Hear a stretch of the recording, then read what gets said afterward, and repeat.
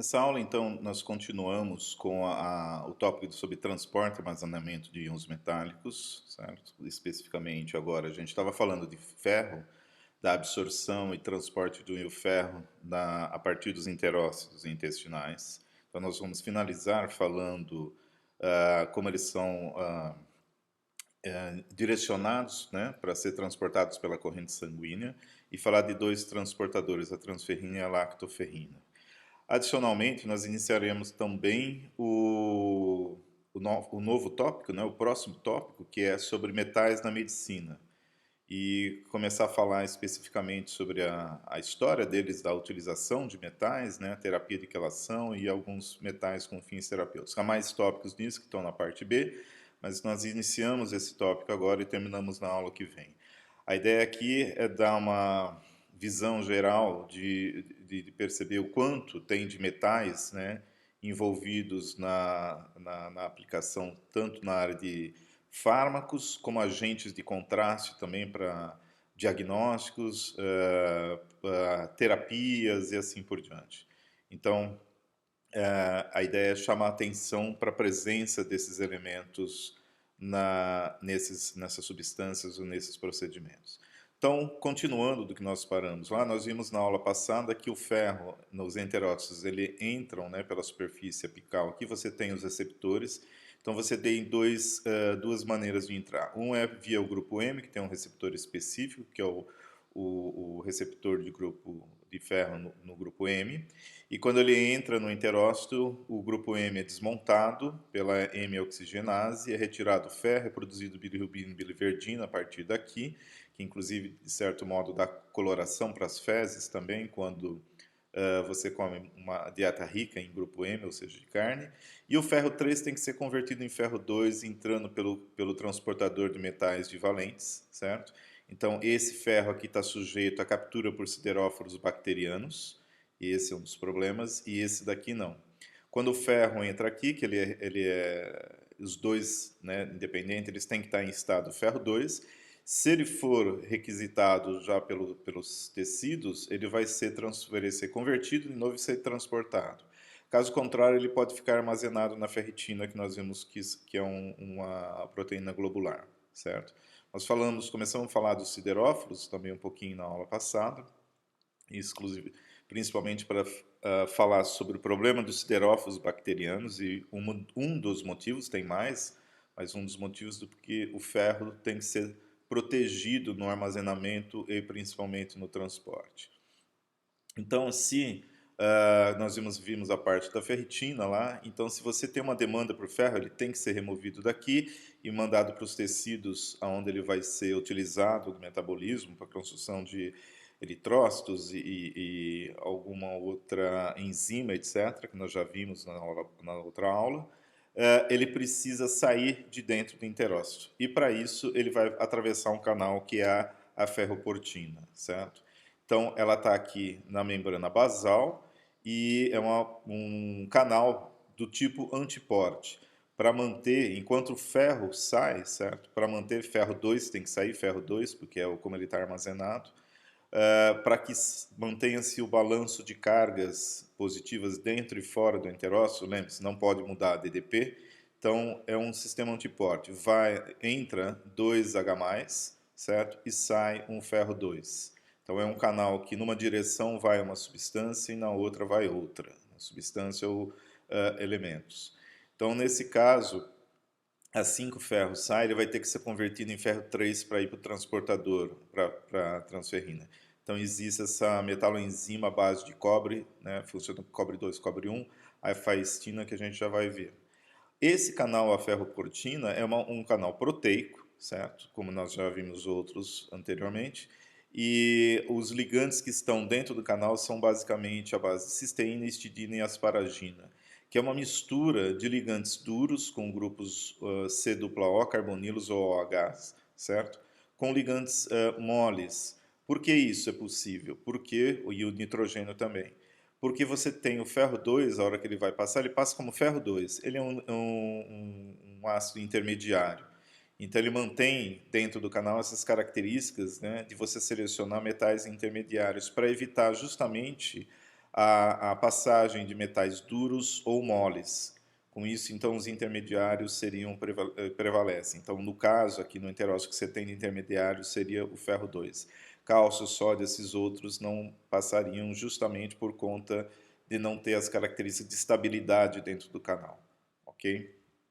Então, essa é a composição principal do canal. A ferroportina ela é encontrada em membranas celulares de diversas células. A quase maioria, mais células envolvidas na absorção, armazenamento e transporte de íons ferros, elas são mais ricas nessa proteína.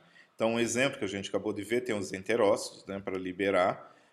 Os hepatócitos, ou seja, células que estão no fígado, que é o lugar onde você armazena o ferro na forma de ferritina, e nos macrófagos, que estão responsáveis pela recuperação, não, mas pela reciclagem, né, de eritrócitos principalmente, ou bactérias, eritrócitos que a gente está falando são hemácias, ou de bactérias, ou de responsável também por remover parte do ferro do grupo hema e da hemoglobina que foi gerada num certo local por uma hemorragia, por algum acidente, alguma coisa assim. Então essas três células têm mais canais, né, desse tipo de ferroportina do que as demais, mas todas basicamente têm também, se for o caso, para eliminar. Okay? Já a efaistina é uma enzima que é a base de cobre, certo? Cobre 2, cobre 3, que aqui ela representa, inclusive, uma das características, né, que a gente falou lá no começo desse curso, que é qual é a função de metais em sistemas biológicos. E uma das principais funções é ser o intermediário de receber ou doar elétrons para que reações de oxirredução aconteçam. Então, esse é o caso emblemático para esse tipo da efaistina, onde você tem oxidação e redução do cobre justamente para poder fazer a conversão de ferro 2 a ferro 3. Então, quando o ferro 2 é convertido a ferro 3 para ser ligado na transferrina, esse elétron que foi retirado ele não pode ficar sobrando. Então, ele precisa ser transferido ou utilizado, certo, em alguma reação que vai gerar uma espécie que seja neutra. Nesse caso, aqui também precisa do oxigênio molecular, o mesmo que você respira, que vai utilizar esse elétron, então esse sistema da feicina utiliza esse elétron mais oxigênio para produzir água, certo? Então, de novo, o cobre, essa oxidação do cobre 1 ao cobre 2 é feito dessa maneira. Então, é uma proteína que ela tem, pelo menos, é um composto trinuclear, quadronuclear de cobre. Você tem um cobre que justamente recebe esse elétron do ferro. Aqui ele está como ferro 2, então, de novo, você vai ver uma mistura de ligantes duros com ligantes moles, que quando está vermelhinho aqui significa oxigênio, e quando está azul é nitrogênio. Então, essa característica aqui, ela muda conforme o ferro for oxidado, e com isso ele acaba liberado também para ser levado pela transferrina, para ser capturado pela transferrina. E esse cobre aqui recebe, que ele é reduzido, certo? Para receber esse elétron. Então aqui é uma mostra de como que seria o sítio ativo que fica aqui dentro, aqui essa esfera em azul está indicada aqui, é o ferro, e em volta dele está essa estrutura aqui com esses metais. Tem um cobre aqui e mais 3 cobres aqui, esses dois bem próximos e esse outro um pouco mais distante. Então o elétron é retirado do ferro aqui, então é oxidado aqui, é transferido para esse cobre aqui então transfere esse elétron para outros cobres, e aqui esses elétrons vão ser utilizados. Então, veja, esse processo é muito rápido, é uma enzima, ela acelera isso daí, então constantemente está tendo uma corrente eletrônica aqui para que essa reação aconteça. Nesse esquema aqui dá para ver uma molécula de água ligada aqui, oxigênio entrando no sítio ativo e água saindo. Então aqui isso mais ou menos está representado aqui nesses esquemas. Inicialmente, então, esse cobre aqui em cima, que está como cobre 1, ele cobre 1, 2 e 3A e 3B, que eles numeraram aqui, basicamente é esse cobre que está ligado com essa água aqui. Então, inicialmente entra o oxigênio, certo? Pelo canal. O oxigênio começa a fazer essa ligação. O cobre 1, esse cobre aqui vai a cobre 2, certo? E esses dois permanecem, esse permanece cobre 1 e esse cobre 2. Então, dois elétrons já entraram nesse sistema aqui, e você já vai gerar um peróxido, O2, 2 menos, certo? Há uma reestruturação, ou a ligação acaba acontecendo, tá? Aqui estava em ponte com esses dois, mas o que acontece é que um dos hidrogênios da água, justamente porque agora o cobre virou cobre 2, ele ficou mais positivo, enfraqueceu a ligação do hidrogênio com a água e consegue romper essa ligação. Então, ele passa a hidrogenar, certo? Um dos oxigênios. Então, perceba que aqui perdeu um hidrogênio da água, o cobre foi a cobre 2, ainda que você tenha aqui o intermediário com carga negativa, formou um OH. Daqui, a proposta é que pode acontecer de dois modos, certo?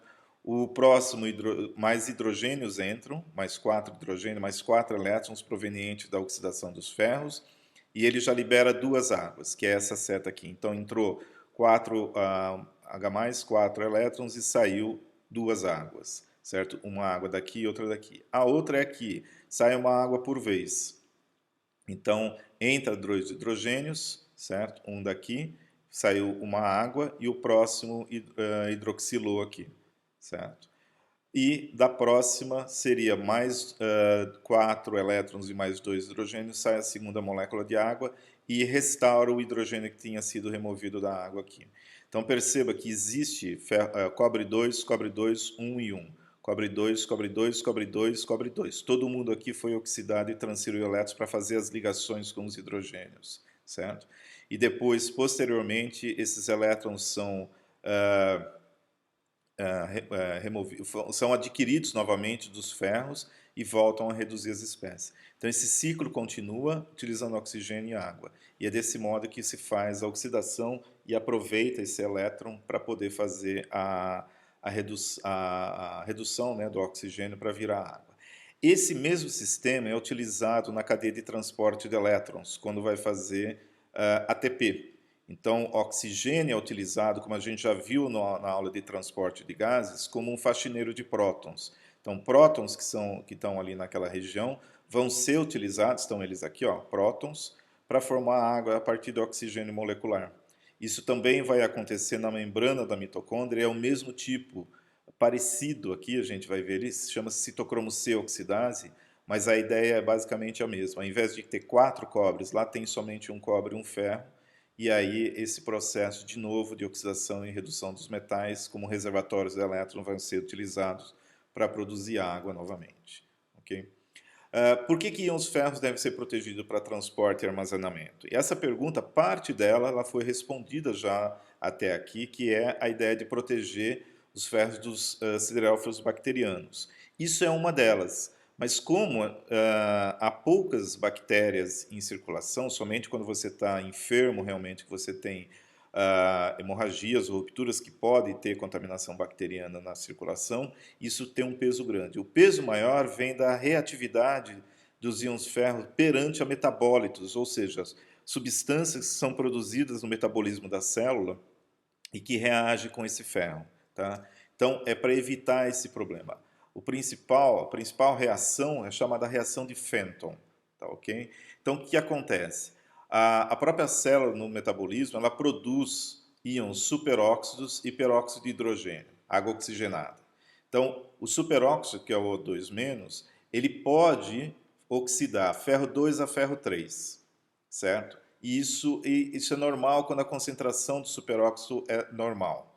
Porém, se essa concentração começa a ficar elevada em processo de estresse oxidativo, você produz muitas espécies oxidantes ou muitas espécies reativas, chamadas espécies reativas de oxigênio, então você vai ter a concentração de superóxido elevada, e aí o que vai acontecer, ela vai favorecer, na verdade, a redução de ferro 3 a ferro 2. Então ele vai entregar esse elétron para lá, e aí o que vai acontecer, você vai produzir ferro 2. Aí você fala, bom, ferro 2 é tranquilo. Não, não é tranquilo. Ele só é tranquilo quando ele está dentro do siderófilo, ou protegido dentro da célula, de não ter contato justamente com o peróxido de hidrogênio, certo? Então, a reação de ferro 2 com peróxido volta a oxidar o ferro, isso não é problema, certo? Ferro não seria problema, propriamente dito, mas ele produz OH- que eleva o pH intracelular e pior, ele produz um radical hidroxila, que é um OH com excesso de elétrons, e esse radical vai atacar qualquer coisa que tiver por perto, certo? Então, esse ferro 3 pode voltar a reagir com o superóxido, formar mais ferro 2 e essa reação se perpetua, gerando muitas espécies reativas, certo? Como foi dito, o peróxido de hidrogênio, normalmente, ele pode até agir como um oxidante ou redutor leve, mas ele não vai oxidar, ele não vai atacar a maioria das moléculas orgânicas ou biológicas, incluindo lipídios, DNA ou proteínas, tá? A não ser aquelas proteínas que têm enxofre, tipo a metionina, né, que tem aqui, ou que tenham grupos tióis, HS, como a glutationa. Fora isso, se você não tiver esses grupos laterais nessas proteínas, o peróxido de hidrogênio ele é controlado dentro da célula, não é problema. O problema é quando ele reage com o ferro e produz as espécies reativas. Tá? O problema, como eu disse, é a fácil conversão para radical hidroxila. Isso pode acontecer tanto via fotoreação, quando é exposto muito à luz ultravioleta, então esse é um dos problemas que a gente já viu lá no primeiro semestre da radiólise da água, certo? Que pode gerar isso, e aqui é uma radiólise de peróxido de hidrogênio, que a luz ultravioleta tem energia suficiente para fazer isso daí. Então, converter também peróxido em radical hidroxila. Ou pela reação com ferro 2, certo? Com ferro 3 ou ferro 2, perpetuando essa reação aqui que a gente viu da reação de Fenton. Então, o nível dos chamados ROS, que são as espécies reativas de oxigênio, peróxido ou o peróxido de hidrogênio ou superóxido, eles são controlados normalmente pelo sistema endógeno, certo? O que é o sistema endógeno antioxidante? É o conjunto de enzimas que está dentro do seu sistema celular, do ambiente celular, justamente para controlar essas espécies. Então, a superóxido dismutase, catalase, glutationa peroxidases, tireodoxinas, etc. São muitas, não são só essas. Não são somente enzimas, há moléculas também que não têm natureza proteica, que também fazem esse papel, certo? Então, moléculas antioxidantes, por exemplo, de origem exógena, que você adquire na dieta. O problema é quando você tem excesso. Então, esse excesso é que não consegue ter controle porque essas enzimas não são expressas na quantidade suficiente e na velocidade necessária para combater isso. Então, o ferro não pode ficar livre, primeiro, pela reação de Fenton, ele gera espécies reativas, reage com espécies reativas de oxigênio e gera espécies reativas também, radicais. A outra reação, né, que gera OH- é a reação de Haber-Weiss. Não é a reação direta com o ferro, mas o ferro e o cobre, nesse caso também, que não pode estar livre, eles acabam servindo como catalisadores. Eles aceleram essa reação justamente da reação entre peróxidos, certo? De hidrogênio e superóxido, O2-. E, de novo, ele gera a mesma coisa, radicais hidroxilas. Então, tem que controlar esses níveis. Você evita que essa reação seja acelerada se você não tiver ferro ou cobre livre, e essa daqui se você não tiver ferro livre. Por isso que ele tem que ser controlado, sempre está preso para não ter reação também. Então, resumindo, a reação de Fenton é essa daqui, produz ferro 2 reage com peróxido e gera radical hidroxila. Sempre acontece. Sempre se a gente viu que a gente tem 0,03% de ferro sérico que entra na célula e assim por diante. Mas está num nível controlado. O problema é quando você tem excesso de ferro no organismo. Aí você não tem siderófilos ou enzimas suficientes para controlar essas reações, tá? E a mesma coisa com a reação de Haber-Weiss. Então, essas duas reações que envolvem a produção de radicais hidroxila a partir de metais, seja eles como catalisadores ou agentes oxidantes ou redutores, é que é preocupante, que não pode deixar ferro livre. O segundo motivo a gente já falou, que é para evitar a captura por siderófilos bacterianos, né? E a terceira é para evitar também o acúmulo de ferro no tecido, na forma do óxido de ferro, que nós já vimos também, que é o problema da hemocromatose, certo? Então, para isso, você precisa de um transportador que evite que esse ferro seja liberado nos tecidos, seja no meio extracelular ou mesmo no plasma. Então, essa proteína é chamada transferrina, que é a nossa última etapa aqui desse processo de absorção e transporte. A transferrina é uma proteína bilobular, tem dois lóbulos, né, o lóbulo C e o lóbulo N, e ela transporta dois íons ferro 3 dentro, no interior dessas estruturas. Tá? Ela é sintetizada principalmente no fígado, tá? E ela é responsável pelo transporte via circulação de ferro para aqueles tecidos onde há necessidade. Não só dos enterócitos, mas do fígado, onde está armazenado, ou quando há derramamento, né, de ferro, uma hemorragia, numa hemólise, da ruptura de massas que a gente viu em várias doenças. Quando tem isso, você precisa de transferrina também para capturar aquele ferro dos macrófagos e levar para ser guardado no lugar seguro. Tá? Então você tem dois lóbulos aqui, o C e o N, eles são opostos e cada um pode transportar um ferro 2. Então cada transferrina leva dois ferros 3, né? Ferro 3, não ferro 2.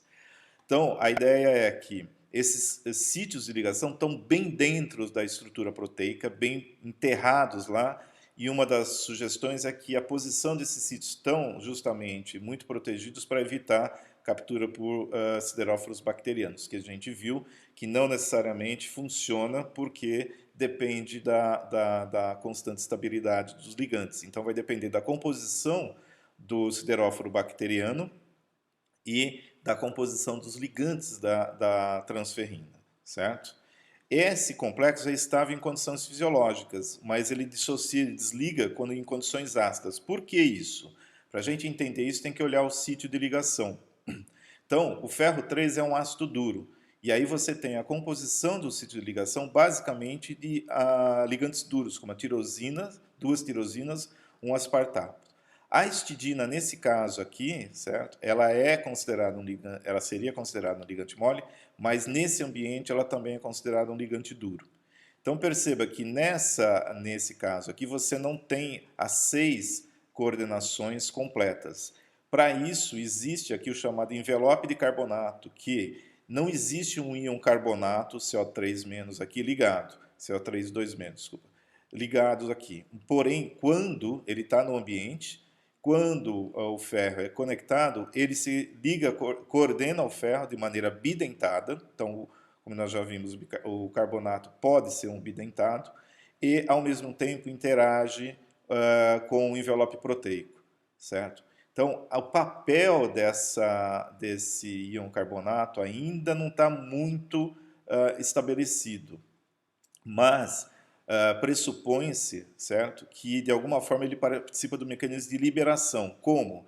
Como isso daqui é liberado em meio ácido, que se acredita que ao entrar H+ aqui, esse carbonato vira bicarbonato, ele seja protonado, então ele perde a ligação, né, seja a coordenação ou a ligação com a estrutura proteica, e ele sai. Como ele sai, você diminui o número de ligações, essas ligações ficam muito instáveis e o ferro é liberado. Tá? A constante de estabilidade desse complexo aqui da ferro 3 transferrina é da ordem de 10 a 20. Então é uma constante de estabilidade bastante alta, que a ideia é você estabilizar esse composto de forma bem eficiente para você evitar a liberação de ferro ou a captura de ferro por siderófilos proteicos. Veja, essa constante de estabilidade ela é dessa ordem no meio fisiológico.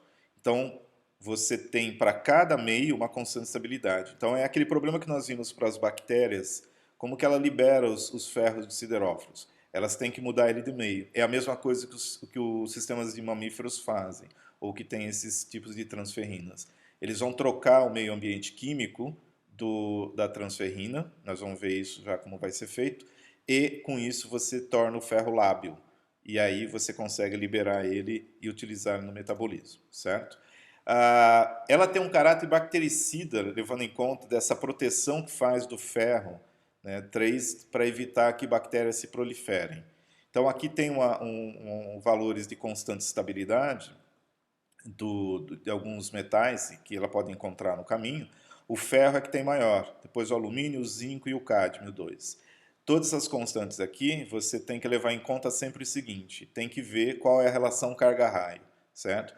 Não é que o metal trocou de carga que ele vai acabar não sendo preferido lá. É óbvio, essa constante diminui justamente porque há variação nesse fator de carga e raio, da relação carga-raio. Mas para você ver por que ela pode se associar a esses, não só esse, mas como outros íons duros, como cobre 2, cobalto 3, cálcio 2+, e esses aqui já estão aqui, é por causa dessa relação carga-raio. Ao mesmo tempo, isso é um problema. Por quê? Porque como a transferrina leva o ferro até o tecido, a hora que ela volta no plasma, certo? Ela está em circulação. Não é para ter ferro livre no plasma se tiver muito pouco. Então, sobra sempre transferrina descarregada, mas se você tiver algum desses outros metais, ela pode carregar novamente e aí a carregada ela entra na célula, certo? Então, esse é um problema. Então, acredita-se que esses outros também podem ser transportados para o interior da serra pelas transferrinas livres de ferro 3, quando ela está voltando para carregar novamente. E isso daí pode causar dano celular. Um exemplo, né, é um trabalho que mostrou que a evidência de transporte, isso foi feito in vitro, tá? Ou seja, em placa de Petri no laboratório, que ela consegue transportar alumínio 3 para dentro de neurônios, de células nervosas, do sistema nervoso central. E, por conta disso, mesmo em concentrações de milimolar, o alumínio substitui o alumínio 3+, pela proximidade de carga e raio, ele substitui o cálcio nos processos de polarização e depolarização de transmissão nervosa. Então, ele interrompe a sinalização sináptica. Isso pode indicar, certo, que ele pode estar envolvido no desenvolvimento de doenças neurodegenerativas, do tipo Parkinson, Alzheimer, etc. Mas ainda tem que se encontrar evidências em vivo disso. Existem alguns estudos analisando isso em cortes histológicos pós-mortem, de pacientes que tinham isso daí, que eles encontram alguns níveis de alumínio elevados. Isso não quer dizer que o alumínio causou o problema do Alzheimer e do Parkinson, mas pode ser que também, como foi aventado, que uma consequência também da presença dessas doenças seja o acúmulo de alumínio. Então não é que ele seja a causa, mas ele pode ser a consequência. Por que eu estou frisando isso? Porque tem muita gente que usa isso, ainda mais nessa época de pseudociência, para falar, olha, não come em panela de alumínio porque você vai ter Parkinson e Alzheimer. Não vão por aí, por quê?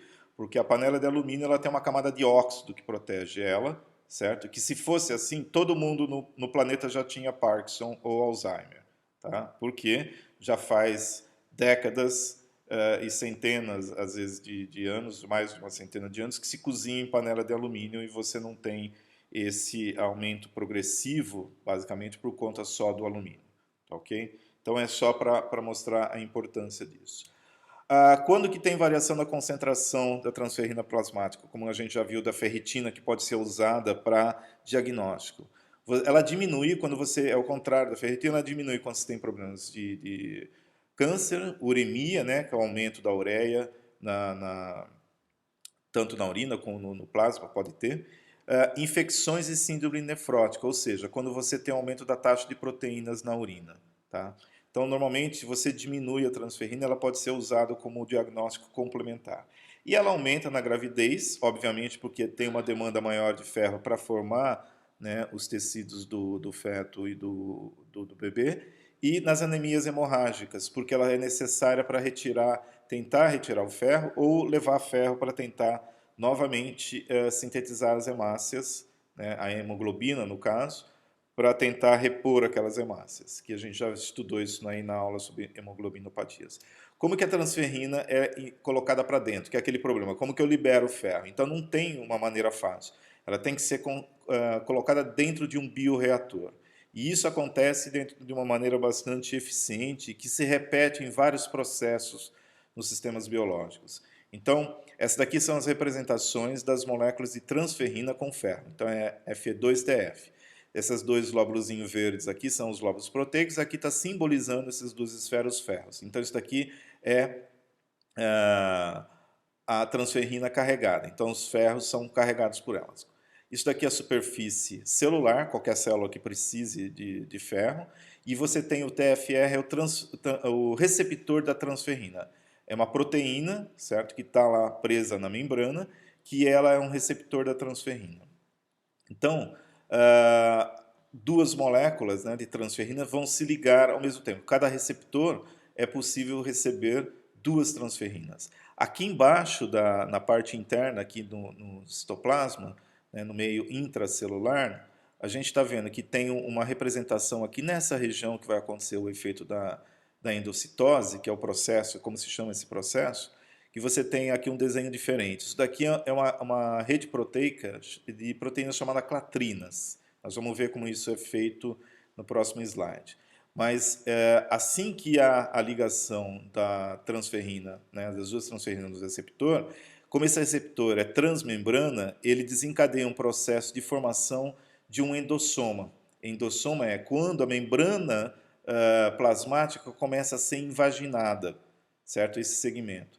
Quando começa, isso daqui é feito por dentro do citoplasma, então aqui é um exemplo, quando forma-se esse endossoma, vai ser inserido, certo? Está incluído nesse endossoma o receptor com as transferrinas e um DMT1. O DMT1 é aquele canal transportador de metais divalentes, certo?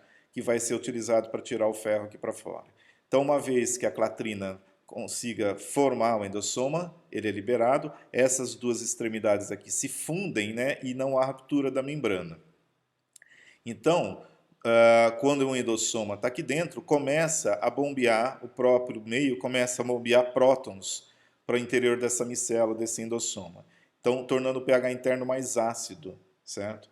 Como ele torna mais ácido, é aquilo que a gente já falou, aquele bicarbonato provavelmente é protonado, e ele libera aquele carbonato, forma bicarbonato, e aí há uma mudança conformacional na transferrina que libera os íons ferros. Ela fica presa no receptor, mas os ferros são liberados aqui dentro. E eles são transportados. Ah, eu sei, é ferro 3, mas eles passam pelo canal porque eles são menores também, certo? O pH aqui, como a gente está falando, do endossoma é em torno de 5,5. Então há uma diferença grande, porque o pH do lado de fora é em torno de 7,4. É 7,4. Então essa é a acidificação que nós vemos. E essa é a maneira que os sistemas biológicos utilizaram para conseguir tirar o ferro de um sideróforo, né, ou um ligante que tem uma constante estabilidade tão alta. Então, você mudando o pH, você afeta essa estabilidade via a interferência com algum dos ligantes, no caso que se acredita que seja no carbonato.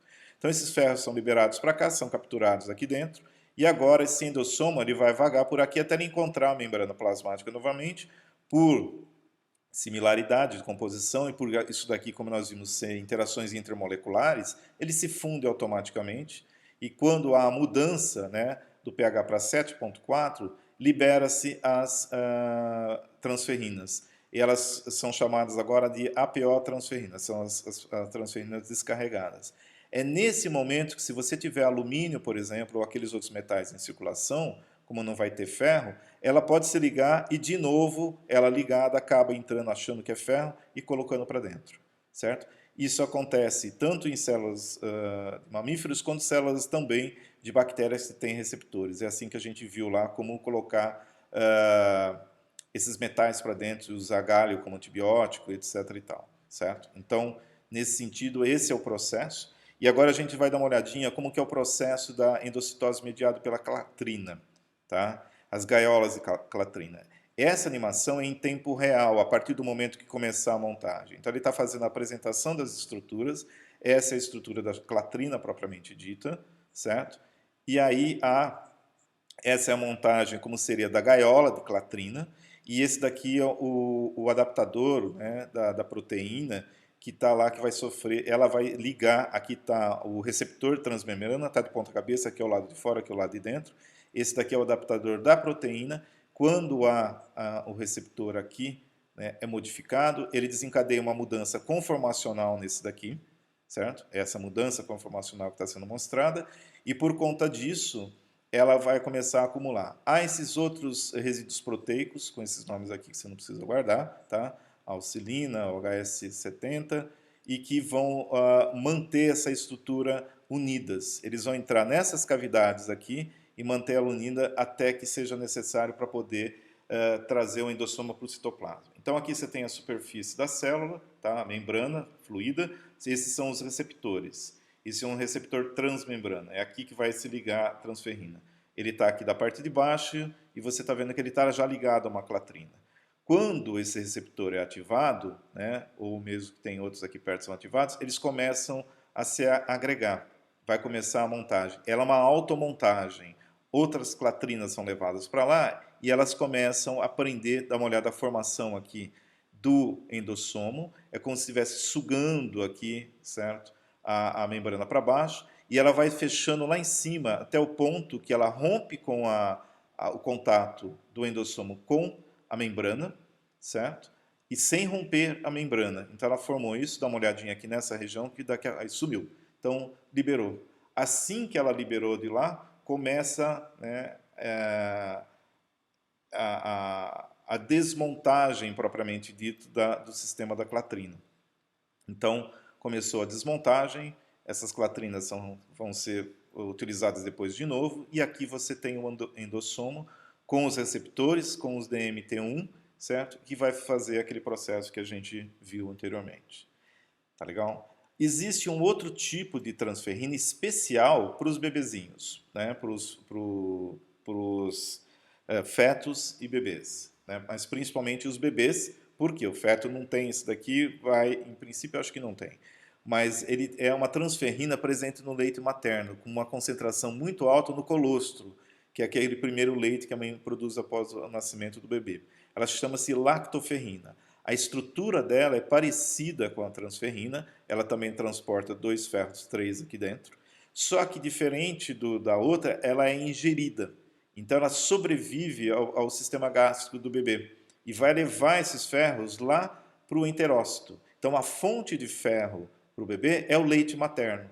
E no leite materno tem um sideróforo protegendo o ferro para levar para o bebê. E lá no intestino tem um receptor, uma entrada VIP para a transferrina também. Tá? O sítio de ligação é basicamente o mesmo da transferrina convencional, a plasmática. Ou seja, você tem os mesmos ligantes, aqui o carbonato, certo? E o processo vai ser o mesmo depois por invaginação, etc. e tal.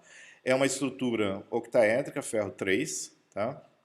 E aqui no enterócito, lembra, tem entrada específica para grupo M, né? O HCP1, lá, que é o canal de grupo M, tem também para ferritina, quando é necessário, e a lactoferrina tem um receptor próprio de membrana para ela no enterócito do bebê. Esse receptor é uma glicoproteína, né, que tem grupos sulfatos agregados. São chamados proteoglicanas de heparansulfato.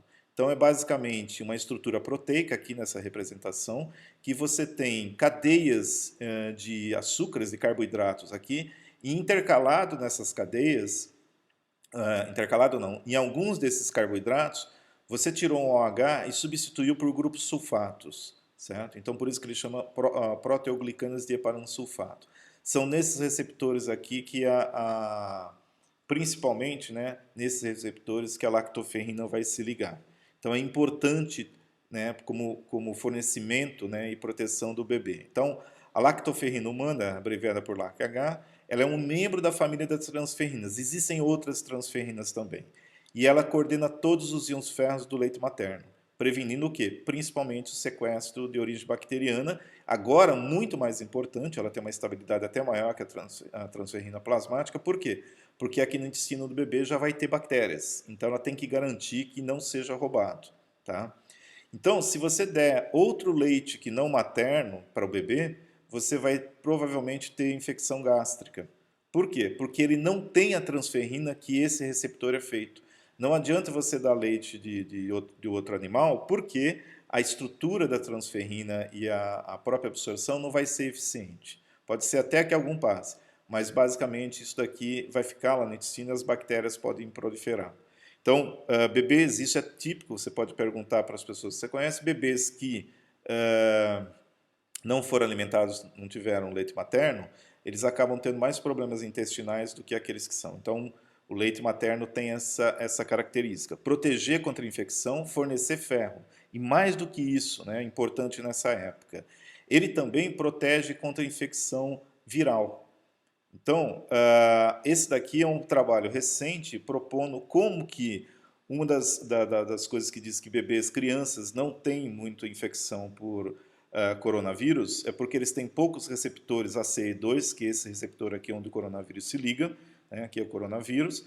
Perceba que a ligação do coronavírus aqui, antes dele se ligar no ACE2, ele tem um correceptor.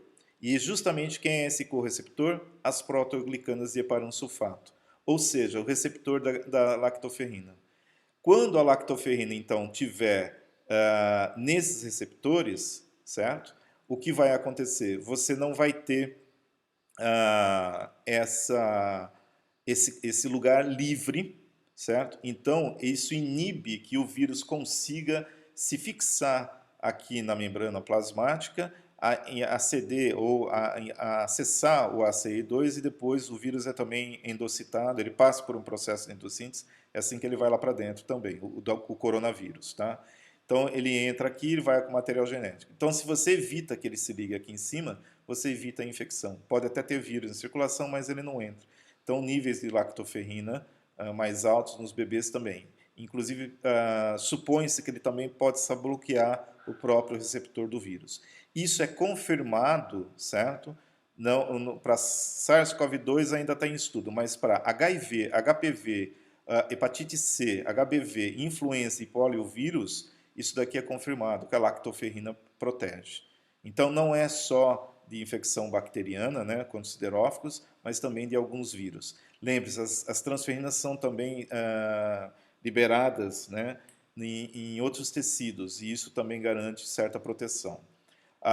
No leite materno, ela tem concentrações altíssimas, 15 gramas por litro por uma proteína é muito alto, tá legal? Então, isso é importante para o bebê. Então, lembrando, formulações lácteas e leite não humanos não tem lactoferrina humana. Ou tem outro tipo diferente, que é outra estrutura e que você não tem eficiência na absorção, tá? Não é absorvida, o que possibilita a utilização de ferro 3 por microorganismo e aumenta a probabilidade de infecção. Tá? Ela também, como eu disse, ela é liberada por neutrófilos no epitélio das vias respiratórias do bebê. O que significa isso? Aquela transferrina que a mãe fornece, ela é reutilizada para criar um antibiótico no próprio sistema respiratório do bebê, na superfície dos alvéolos, no epitélio das vias respiratórias. Então, quem faz isso é o neutrófilo, que leva lá o que produz a lactoferrina, e, por sequestrar o ferro, ela evita a proliferação de bactérias, a formação de biofilmes, que é resistente a antibióticos, inclusive. Ela também bloqueia o CD14 e o TLR4, que são sinalizadores inflamatórios, então ela age como anti-inflamatório. A gente já viu para vírus e bactérias e fungos também, ela funciona bloqueando os receptores.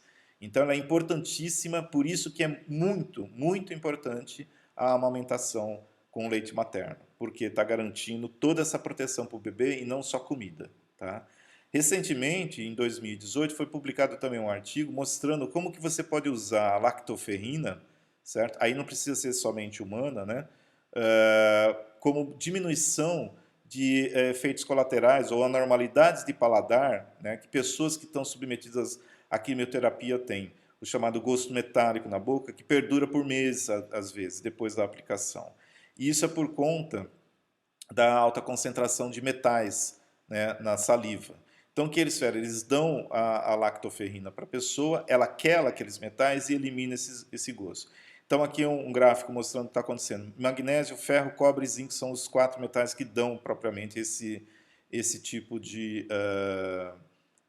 sabor. Mas, principalmente, ferro, cobre e zinco, né, e por isso que ela tem a capacidade de capturar isso, como a gente viu lá atrás na tabelinha. Tá? Então, aqui, esses gráficos significam o seguinte: o azul é uma pessoa saudável, certo? Esses dois aqui são pessoas saudáveis, esse daqui sem tomar lactoferrina e esse lactoferrina também. Esse daqui é a concentração de magnésio, o vermelho que é o que interessa, tá? Uma pessoa com câncer. E isso daqui é a concentração 30 dias depois dele tomar a lactoferrina, 30 dias de lactoferrina, aliás, ele tomando, e 30 dias depois de tomar. O que acontece? Então perceba, o magnésio ele tem quantidades altas. Em todos os outros, a concentração de ferro, cobre e zinco é muito menor do que esses outros aqui. E todo mundo aqui tomou lactoferrina. Então perceba, o magnésio ele não consegue se ligar. Então você teria níveis desses outros metais também do mesmo tamanho aqui. Então com isso, você vai ver que 30 dias depois, inclusive esse daqui ali com o câncer, isso daqui câncer, você vai ver que para ferro, 30 dias depois ainda está muito baixo, que são esses gráficos para cá. Então, esse está comprovado que ela funciona pelo menos para amenizar isso daí. Tá legal? Então, resumindo sobre transporte e armazenamento de íons ferros em animais, o que acontece é você tem absorção, mais ou menos 1 miligrama por dia, certo? Via todo aquele processo que nós vimos. E aí você vai distribuir esse ferro pelo organismo, ou vai reciclar ele. Então tem o processo de absorção, você entrega para a transferrina, ela leva para armazenamento nos hepatócitos, armazenados na ferritina, certo? Ou ela leva para os músculos e tecidos, leva e traz lá para fazer o ferro funcional, tá? E ela também recicla as hemácias que morrem, são absorvidas pelos monócitos macrófagos, liberam ferro, a transferrina leva para a medula óssea para fazer a eritropoiese, que é a síntese de novas hemácias. Quando é necessário, ela busca no hepatócito e joga para cá para o tecido também e para os músculos. Então, esse é o processo, certo? De transferência, tanto para a medula óssea, o baço, como o fígado. E lembrando que ela sempre fica armazenada aqui na ferritina, tá? A ferritina também você encontra em outros tecidos, inclusive no cérebro. E é importante, né, que a gente tenha esse armazenamento seguro, porque nós vimos os danos oxidativos que o ferro livre dentro de qualquer tecido pode causar, né, principalmente levando a doenças neurodegenerativas se liberar ferro lá também. Então, pessoas que têm excesso de ferro é um problema. Tá legal? Com isso, a gente encerra, então, o tópico de transporte e armazenamento de íons ferros, né? E espero que tenha ficado claro o papel dos metais nesse sistema e as características dos ligantes para o tipo diferente de estado de oxidação do ferro. Nós vamos voltar a falar do ferro mais para frente na cadeia de transporte de elétrons e no metabolismo também de algumas substâncias, mas aqui espero que tenha ficado claro por que é importante você ter essas características desses ligantes e o que é o problema se você deixa esses metais livres, que a gente falou lá naquele início, dizendo metais que variam de estado de oxidação precisam ter controle de transporte e absorção. Por isso, todas essas moléculas biológicas, essas enzimas envolvidas na proteção tanto do sistema NOx, né, de oxidação e redução, quanto de evitar que ele seja utilizado por outros micro-organismos. Ok? Daqui, a gente parte, então, para o próximo tópico, que são da parte do programa, que é metais na medicina. E nós vamos ver esses 3 tópicos inicialmente e continuar depois nas aulas seguintes. Tá? Nós vamos dar uma olhadinha na perspectiva histórica de há quanto tempo metais vêm sendo usados para tratamento médico, falar um pouquinho de terapia de quelação e metais de fins terapêuticos ainda. Tá? Então, a história de você usar metais como medicamentos ou para tratamento de enfermidades, ela remonta a mais de 5.000 anos atrás. Então, 3.500 anos antes da Era Comum, os próprios egípcios usavam cobre para esterilizar a água, sem eles saberem, né, sem ter a comprovação de eficiência terapêutica, sem eles saberem o porquê funcionava. A gente sabe que cobre hoje é disruptor de membrana, assim como o zinco também, tá? E com isso combate micro-organismos. O zinco também era usado para cicatrizar feridas. A gente sabe da importância do zinco numa enzima chamada fosfatase alcalina, que ela está relacionada à angiogênese, à formação de novos vasos sanguíneos, a síntese de DNA, RNA, polimerases, né, da proliferação celular. E também, por exemplo, a fosfatase alcalina, ela quebra, né, aqui está o zinco ligado aqui aos seus ligantes duros, e ele tem a mesma função, a carga eletrostática dele, o zinco não varia, porque é D10, ele vai se associar, fixar o fosfato aqui e facilitar a remoção do fosfato de outros grupos, né, ele quer fosfato puro, fosfatos ligados a grupos orgânicos, ele quer tirar dali, para formar hidroxiapatita, que é a matéria-prima, parte da matéria-prima do seu osso, que vai ao fosfato. Então, na cicatrização e nesse processo de angiogênese, o fosfato também é retirado via isso.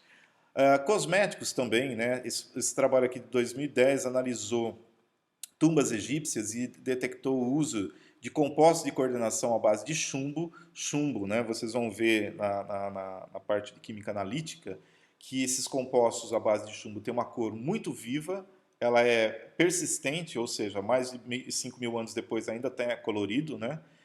Especificamente esses compostos de cloreto hidróxido de chumbo e o carbonato cloreto de chumbo, cloro chumbo aqui, ele é usado em maquiagens e loções para óleos. Isso daqui não é recomendado, obviamente, né, porque nesse caso aqui são compostos de coordenação que facilmente se liberam esses ligantes e o chumbo pode ser absorvido via os canais de transporte de íons divalentes, de metais divalentes, lá, e você pode ficar intoxicado. Tá?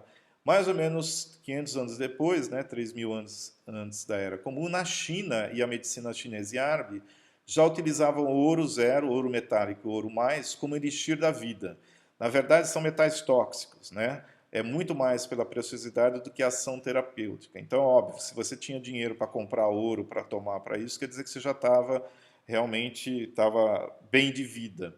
Ainda hoje, em algumas regiões do Oriente Médio, né, na Ásia também, você vê alguns pratos que são cobertos com folhas muito finas, né, micrométricas de ouro, que ainda é uma questão de acreditar nessa ideia de que elixir da vida, mas muito mais é uma questão de status social propriamente dito. Se você não apresentar o prato com ouro, você é como se fosse um cidadão com menos valor, digamos assim.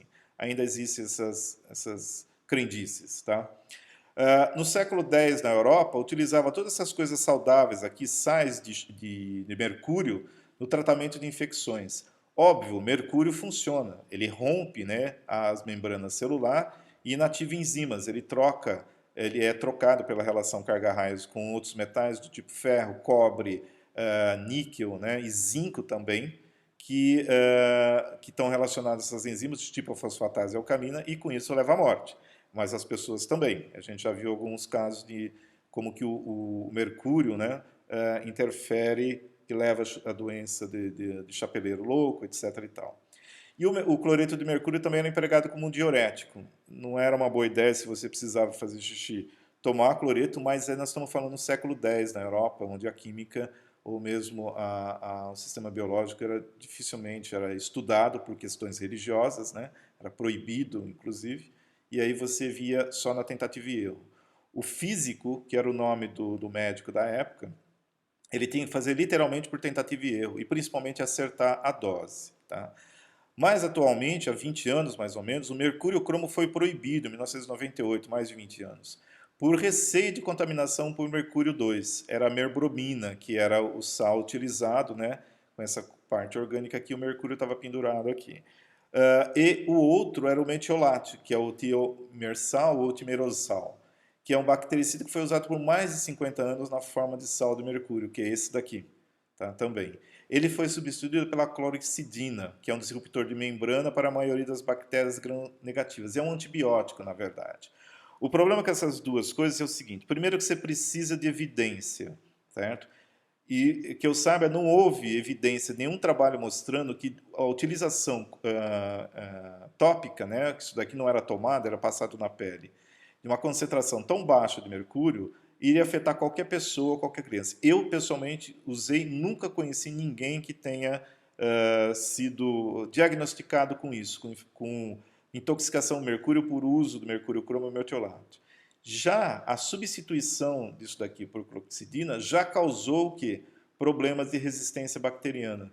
Então, tem pessoas que têm problemas de ferimentos que passam a clorexidina e não funciona. Pior, a infecção começa a se proliferar. Não tem como ter resistência a mercúrio, justamente pelo processo dele de disruptor de membrana. Nesse daqui, depende muito de interação química e a bactéria pode conseguir resistência. Então, isso ainda é controverso hoje em dia, mas já foi, certo? No século X ainda, nitrato de prata e ácido bórico, que tem o boro, metal, era usado como bactericida. De novo, disruptor de membrana aqui que nós vimos já.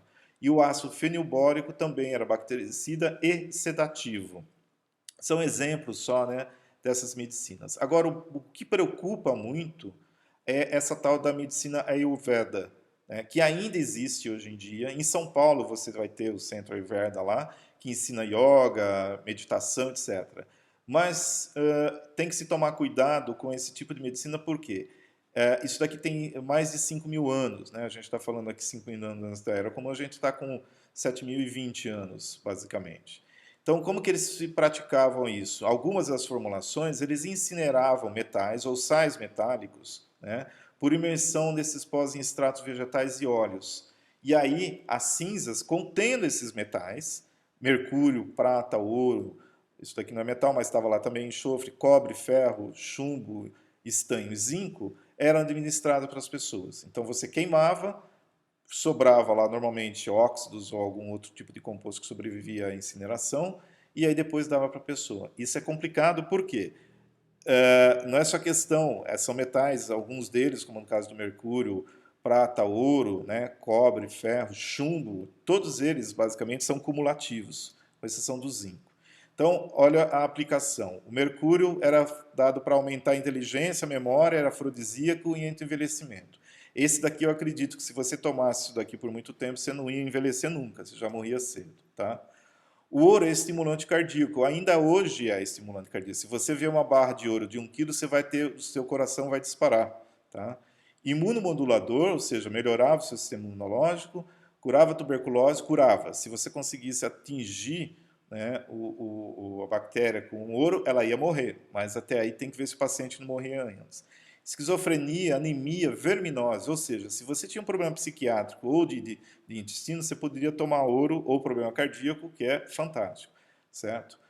Prata serve para tratar diabetes, vitiligo, que são aquelas manchas de pele, anemia, então você tem prata, você tem anemia, toma prata. Sede, acho que é mais fácil tomar água, tosse, hemorroidas e assim por diante, certo? Então, perceba que não tem como você ter relação com um metal que não é essencial, certo? Nós não precisamos de prata no organismo, ponto. E você associar essas coisas. Ainda hoje há gente que acredita nisso. E isso é perigoso, muito perigoso para a saúde pública. Porque depois que você causa o estrago, esses metais você não consegue tirar se eles já estiverem fixos no tecido, como a gente já viu casos da argirose, por exemplo. Tá? O cobre você usava para anorexia, verminose, tumor abdominal, úlcera péptica, desordens hepáticas e assim por diante. Desordens hepáticas ele causava, principalmente a pinga, né, que era feita, que ainda hoje é feita às vezes em destiladores à base de latão, que contém cobre e estanho, ela causa hepatite, cirrose hepática. Então, desordem hepática causava. E não é questão disso daqui. Veja, a questão é, conforme você fala, mas tem a dose. A dose, hoje em dia você conhece um monte de gente que toma vitaminas, e como a gente já viu, vitamina C, 1 grama por dia, você pode ter falência renal, depois de um tempo. Chumbo para artrite reumatoide, tétano, febre, dispneia, diarreia, caqueixa e assim por diante. A lista é grande. O estanho, para se você tiver colesterol alto, né, lipídios altos, se você soltar muitos puns, tosse, oligospermia, que é o problema de baixa contagem de esperma, se eu não me engano, e emagrecimento extremo. Então, a questão toda sempre, como eu disse, a questão da dose. Então, aqui, olha, mesmo esses metais que são essenciais, certo? Dependendo da dose, você vai ter muitos problemas. O cálcio, você tem problemas respiratórios, perda de função muscular, porque ele é usado para sinalização do sistema nervoso central e periférico. Tá? Excesso de magnésio, desequilíbrio na homeostase, tá? Isso daqui. Enfraquecimento muscular, pode entrar em coma, síndrome da água dura, precisa de diálise, inclusive. Tá? E aqui tem uma lista enorme. Só se você ler que você vai ver que tudo isso daqui, né, se você tiver excesso ou falta, mas principalmente excesso, você vai ter esse problema. Neurotoxicidade, sódio, inclusive, você tem a hipernatremia que afeta também principalmente os rins. Tá? O potássio, comprometimento de funções diuréticas e, dependendo de como for, ele também faz comprometimento das funções cardíacas. Tá? Tudo pelo desbalanço, principalmente, daquele DDP que a gente viu lá, mas também por excesso quando você substitui um pelo outro. Ok? Somente nos últimos 100 anos, então apesar de mais de 7.000 anos, somente nesses 100 anos passados é que esses compostos inorgânicos, principalmente metais, e semimetais foram investigados de forma racional, metodológica, científica de verdade. Então, realmente, o compósito de ouro funciona para tuberculose, mas você tem que saber administrar e ele não pode ir sozinho, ele tem que ser associado a uma molécula orgânica. Tá? A gente vai ver um desses daí. Composto de antimônio para leishmaniose é o principal tratamento hoje em dia e ainda usa-se hoje em dia também, algumas vezes, composto de arsênio, que é um semimetal, mas tem propriedades como se fosse de metal em alguns casos, para sífilis, tá? Tratamento de sífilis. Quem começou tudo isso foi o Paul Ehrlich e o Alfred Werner. O Werner a gente conhece já justamente como sendo o fundador da química de coordenação. O Heinrich, ele foi nome de medicina em 1908, né? Ele é considerado o fundador da quimioterapia e introduziu as primeiras ideias sobre a relação de estrutura e atividade de compostos inorgânicos. Ou seja, a gente viu que a estrutura da cisplatina, se você mudar a estrutura dela, você muda a atividade dela. Ela pode não ser mais um antitumoral. Ou que um L, uma substância L ou D, isômera, pode não ter atividade uma e a outra ter. Então é isso que ele começou a relacionar. E usou os complexos metálicos, em especial do arsênio, para tratamento de sífilis. Então ele é considerado também um dos fundadores. Tá? A química medicinal propriamente dita, usando esses compostos inorgânicos, ela também considera o Barnett Rosenberg, que ele foi o descobridor acidental da cisplatina. Tá? A gente vai ver mais em detalhes, mas na verdade ele estava crescendo, reproduzindo bactérias E. coli dentro de um meio de cultura líquido e com influência de campo elétrico. Ele colocou 2 eletrodos de platina, pensando que os eletrodos iam ser inertes, e no final das contas os eletrodos reagiram com compostos do meio e produziram uma substância que não matava a bactéria, mas não deixava ela se reproduzir. Foi aí quando ele foi estudar e descobriu a cisplatina. Mais à frente no curso a gente volta a falar mais detalhes disso. A aplicação, né, da química inorgânica em medicina, de compostos metais em medicina, basicamente tem 3 categorias. São os compostos orgânicos que agem através da coordenação de íons metálicos ou ligados a proteínas dentro do organismo, ou seja, os ligantes. Tá? A segunda, compostos contendo metais com fins terapêuticos, ou seja, medicamentos, com mecanismos diferentes de ação de quelação ou coordenação a proteínas, como antitumorais de platina, antimoniais para leishmania, antiartríticos contendo ouro e assim por diante. O último, o composto metálico usando para diagnóstico e para detecção de imagem, ou seja, agentes de contraste e radiofármacos, que são utilizados também algumas vezes em tratamentos radioterápicos. O primeiro deles a gente já conhece, que é a terapia de quelação. Nós já falamos um pouco disso, que é sequestrar um íon metálico, né, íons metálicos ou metais específicos, e que permite que o mesmo seja excretado, quando nós vimos os casos das talassemias, anemias falciformes. Eles têm que ser hidrossolúveis, capazes de penetrar no tecido para remover quando está lá, isso já é difícil, e ter alta afinidade por esses íons metálicos para não deixar eles serem capturados por outros ligantes no meio do caminho. Então, nós já vimos, aqui só vai constar para repetir, para enquadrar dentro do contexto, né, da sobrecarga de ferro no organismo. Por que não pode ter ferro 2 nem ferro 3? Por causa da reação de Fenton. Tá? Então, e também por causa das compostos insolúveis de ferro 3 até ferro 4 que se depositam no tecido, leva a falência cardíaca, cirrose hepática, diabetes, diminuição de fertilidade e retardo de crescimento. Esses sintomas aqui sempre estão associados ao quê? Aquelas doenças hemolíticas, anemias hemolíticas, talassemia e anemia falciforme, porfirias também, certo? Então, algumas hemolíticas e outras não. Um outro exemplo, quando você tem, né, a hemociderina é o composto que se forma quando você tem uma hemorragia, que é o caso da evolução do hematoma, e que você vê que as cores do hematoma está relacionada a 2 coisas, certo? A formação de óxido de ferro 3, que está aqui, olha, que eles acreditam que isso daqui deve ser aquele óxido hidróxido de ferro 3 que a gente encontra na ferritina, então provavelmente está isso daqui depositado na ferritina, esse é sem, isso daqui é com, é o excesso, tá? E isso daqui começa o aspecto, né, da ferritina, é aquele brilhante amarelo ouro ou castanho escuro daquele mineral que a gente viu que se forma dentro da ferritina. E também a degradação da hemoglobina no interior dos macrófagos, certo? Que foi liberado no espaço pelas hemorragias. Então essas cores douradas também tem a ver com o depósito de ferro e com as degradações do grupo M. Tá? Então, esse depósito de ferro, se ele não foi retirado daqui, ele pode ter um problema, gerar hemosiderose, que é o acúmulo anormal dessa hemosiderina nos tecidos, principalmente nos macrófagos da derme, ou seja, na pele, do fígado, do baço, da medula óssea, dos linfonodos e pulmões. Então, isso pode levar a um problema também de sobrecarga. A gente viu também essas duas, a hemocromatose, certo? Que pode também acumular tanto no pâncreas, no coração, na hipófise. A talassemia também tem esse problema. Por quê? Porque aí você começa a interferir com a sinalização, por exemplo, das células cardíacas lá e leva as pessoas a morrer mais cedo por conta desse processo. Basicamente, você precisa de sideróforos, a gente já viu desses daqui, certo?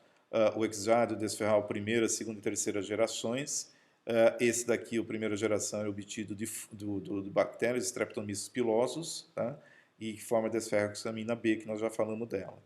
E a vantagem desse daqui é a administração oral, ele captura 2 moléculas, você precisa de 2 moléculas para o Exjade, né? Para cada ferro 3. E esse daqui de última geração, que custa R$ 3.500 a caixinha, ele fala que ele remove o ferro 3 dos miócitos cardíacos dos hepatócitos, mas precisa ser precisa remover numa concentração bem alta para evitar as cardiopatias. A gente continua na parte B, ainda falando dos sideróforos, tá? E entrando nos outros tópicos.